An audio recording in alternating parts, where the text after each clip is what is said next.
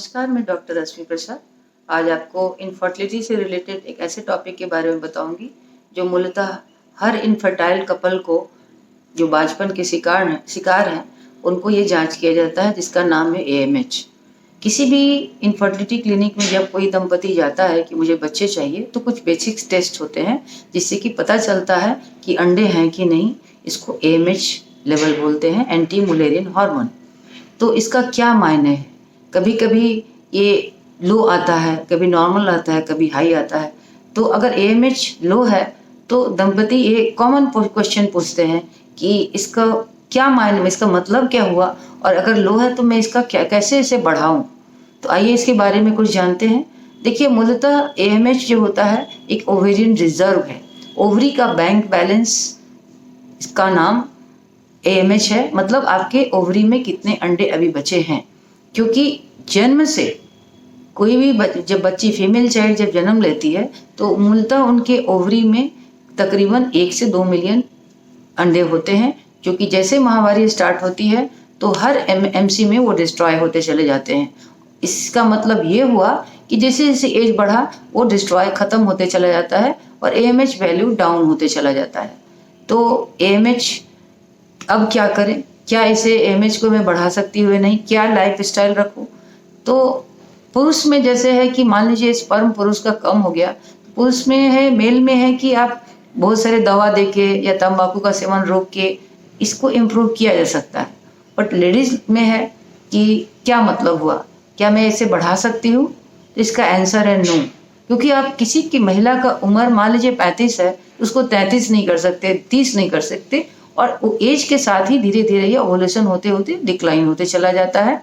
तो इसमें है कि कुछ दवाइयाँ जैसे हाल फिलहाल क्लेम की गई थी कि एक बहुत कॉमन दवा आया था DHEA। बहुत सारे क्लिनिकल ट्रायल्स हुए थे जिसमें बताया गया था कि ये अंडे को AMH को बढ़ाता है। बट ऐसा इसमें बहुत स्टडी रिसर्च हुए तो ऐसा कोई रिसर्च में प्रूव नहीं पाया गया। AMH को बढ़ाया नहीं जा सकता है, हालांकि एक की क्वालिटी जो है वो इम्प्रूव की जा सकती है। मान लीजिए कि किसी महिला का एज 30 है और किसी का 35 है, तो ये नेचुरल है कि 30 में ज़्यादा क्वालिटी और क्वांटिटी दोनों अच्छे होंगे बजाय in comparison to the 35 years old ladies जिसमें एज कम होगा। हमारे इंडियन सिनेरियो में जो मीनोपॉज के 15 साल पहले ही अच्छे एग की क्वालिटी जो संख्या है कम हो जाती है, क्वांटिटी भी कम हो जाती है, और धीरे धीरे जो कम एग बच जाते हैं और उनकी क्वालिटी भी खराब आती है।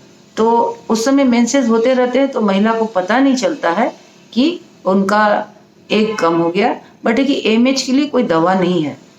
इसमें है कि ये एक बैंक बैलेंस की तरह है। मान लीजिए सपोज कीजिए कि कोई 25 साल की महिला है तो उसका AMH अच्छा होगा, मतलब कोई किसी रिच व्यक्ति है जिसका बैंक बैलेंस पैसा बहुत है तो उसको पूरी लिबर्टी है, वो कभी भी बच्चा पैदा कर सकता है, या उसके लिए टाइम है, IVF में जाना नहीं पड़ सकता है, आराम से 2 साल 3 साल बाद वो प्लान आउट कर सकता है। बट अगर कोई पुअर व्यक्ति है तो सोच समझ के ही खर्चा करेगा। मतलब पुअर का मतलब क्या हुआ कि अगर आपका एज एडवांस हो गया और AMH लो है तो आपको फैसला तुरंत करना है कि हम IVF का स्टेप लें, क्योंकि लो AMH इंडिकेट करता है कि अंडे की संख्या कम हो गई, बट वो कोई ज़रूरी नहीं कि क्वालिटी भी कम हो गई। वो जैसे जैसे एज बढ़ेगा वो क्वालिटी डिक्लाइन करेगी। तो DHA जैसे दवाई जो है ये क्लेम तो करते हैं बट इसका कोई साइंटिफिक तथ्य नहीं है। दूसरा हमारा कॉमन यूज दवा है कोएंजाइम Q।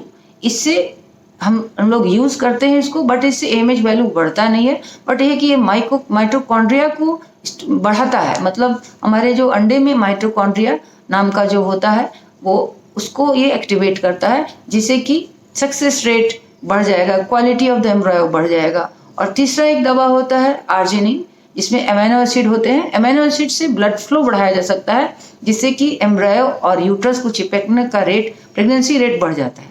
तो ये तीनों दवा नॉर्मली बहुत से क्लिनिक में यूज़ होता है, बट इसका AMH बढ़ाने से कोई लेना देना नहीं है। इसमें है कि आप थोड़ा सा उसको साइड से क्वालिटी, ब्लड फ्लो ये सब इम्प्रूव कर सकते हैं। बट है कि AMH वैल्यू अगर कम है आपको तो जल्दी से जल्दी फैसला लीजिए। अगर IVF भी कराना है तो IVF के लिए जाइए और अपने एग्स को या एम्ब्रायो को फ्रीज करा के फ्रोजन एग पे आप जाइए, ये आपके लिए बेटर होगा।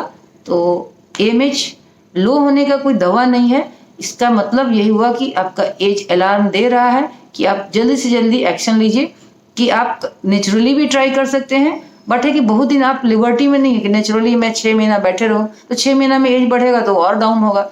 तो वो बैलेंस करके अगर करना है तो खुद ओन एक पर IVF इक्सी पर जाएं, ये ज़्यादा बेटर रहेगा। और जितने सप्लीमेंट्स जितने दवा हैं ये इसको बढ़ा नहीं सकते। और अभी एक लेटेस्ट टेक्नोलॉजी आया है, stem cell technology. Stem cell अभी लेटेस्ट बहुत रिसर्च अवस्था में है, क्योंकि ओवरी में भी स्टेम सेल्स पाया जाता है जो कि जर्म सेल्स में कन्वर्ट हो जाता है। तो ये अभी रिसर्च अवस्था में है, जिससे कि ओवेरियन फॉलिकल्स और AMH को बढ़ाया जा सकने की संभावना प्रेडिक्ट की जा रही है। बट ये है कि अभी ये रिसर्च अवस्था में है, तो इसके बारे में अभी कुछ नहीं कहा जा सकता है। लेकिन AMH के लिए आप एक्शन ले सकते हैं। इसका मतलब लो MH का मतलब ये हुआ कि आपको जल्दी से जल्दी